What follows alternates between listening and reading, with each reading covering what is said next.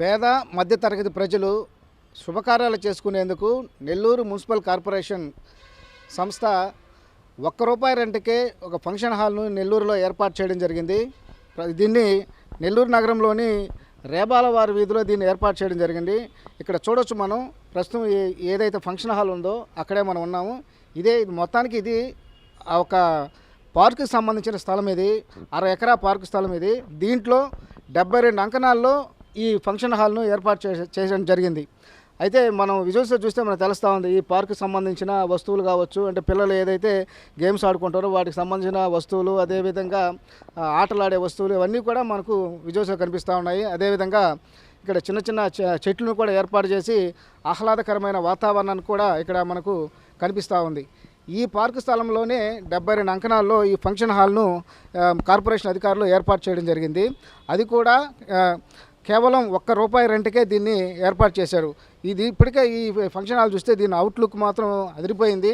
ఏదైతే పెద్ద పెద్ద ఫంక్షన్ హాల్స్కి అదేవిధంగా ఏ మాత్రం తీసిపోకుండా అదేవిధంగా కార్పొరేట్ స్థాయిలో దీన్ని ఏర్పాటు చేయడం జరిగింది. ఒకసారి మనం లోపలికి కూడా చూసి లోపలికి కూడా ఏ విధంగా ఉందనేది ఒకసారి పరిశీలిస్తాము. అదే ఇక్కడ చూడొచ్చు మనం. ఇదే ఈ ఫంక్షన్ హాల్ యొక్క లోపలి భాగం ఇదంతా.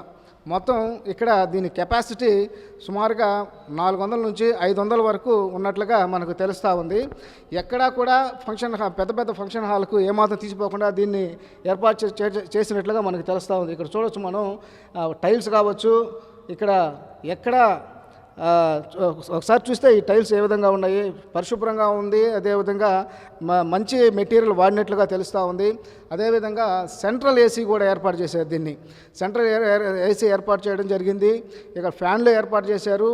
కేవలం దీన్ని ₹1 మాత్రమే రెంట్కి దీన్ని ఇస్తున్నట్లుగా కార్పొరేషన్ అధికారులు ప్రకటించడం జరిగింది. అదేవిధంగా ఈ నెల 16వ తేదీన దీన్ని మంత్రి నారాయణ ప్రారంభించడం జరిగింది. మంత్రి నారాయణ కూడా ₹1 రెంట్కి ఇవ్వాలని కూడా ఆయన ఆ రోజే చెప్పడం జరిగింది. అయితే ఇప్పటి వరకు కూడా ఎవరైతే బుకింగ్ చేసుకోలేదు, అంటే దీని గురించి పెద్దగా ఐడియా లేనట్లుగా మనకు అర్థమవుతూ ఉంది. అయితే వాస్తవానికైతే ప్రస్తుత రోజుల్లో కేవలం 100 మంది కూర్చునే ఫంక్షన్ హాల్ కూడా 20,000 నుంచి 30,000 వరకు కూడా రెంట్ కలెక్ట్ చేసే పరిస్థితి. అయితే ఇక్కడ మాత్రం ఇక్కడ 400 నుంచి 500 వరకు కూడా కెపాసిటీ ఉంది. కాబట్టి వాళ్ళందరూ ఇక్కడ దీన్ని ఉపయోగించే అవకాశాలు ఉంటాయి. దీన్ని కేవలం ₹1 ఇస్తున్న పరిస్థితి అయితే కనిపిస్తూ ఉంది. అయితే మనం ఇక్కడ విజువల్స్ చూడవచ్చు. ఇక్కడ మనకు నేరుగా ఏదైతే కనిపిస్తుందో అది డయాస్, అది అంటే స్టేజ్. అది అంటే సుమారుగా అది ఒక 12 అడుగుల నుంచి 15 అడుగుల పొడవు ఉంటుంది. అదేవిధంగా హైట్ కూడా ఒక 10 అడుగులు ఉంది. అంటే ఇక్కడే అంటే ఇది చిన్న ఫంక్షన్ హాలే, కాకపోతే అన్ని వసతులు కూడా కార్పొరేషన్ సంస్థ దీన్ని అందుబాటులో తెచ్చింది.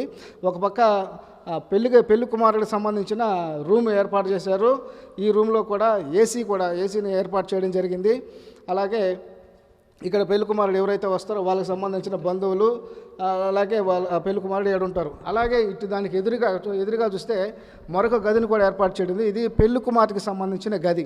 ఈ గది పెళ్లి కుమార్తెకి సంబంధించిన బంధువులు, అదేవిధంగా పెళ్లి కుమార్తె ఇక్కడికి రావడం, వాళ్ళు రెడీ అవ్వడం, వాళ్ళ కార్యక్రమాలు వాళ్ళు చేసుకోవడం, ఇలాగా ఈ 2 గదులను ఇక్కడ ఏర్పాటు చేయడం జరిగింది.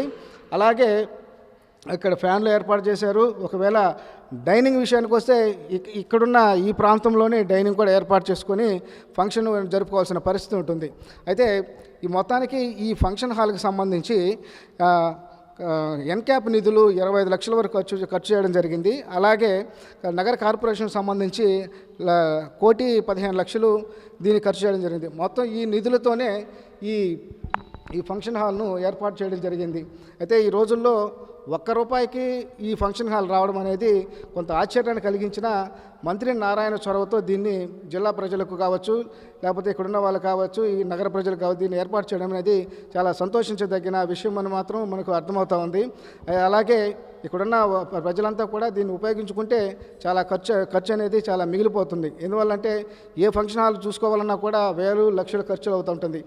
అలాగే కాబట్టి ₹1 అయితే దీన్ని ఫంక్షన్ హాల్ ఉపయోగించుకునే పరిస్థితి అయితే నెల్లూరు నగర కార్పొరేషన్ ఏర్పాటు చేయడం జరిగింది.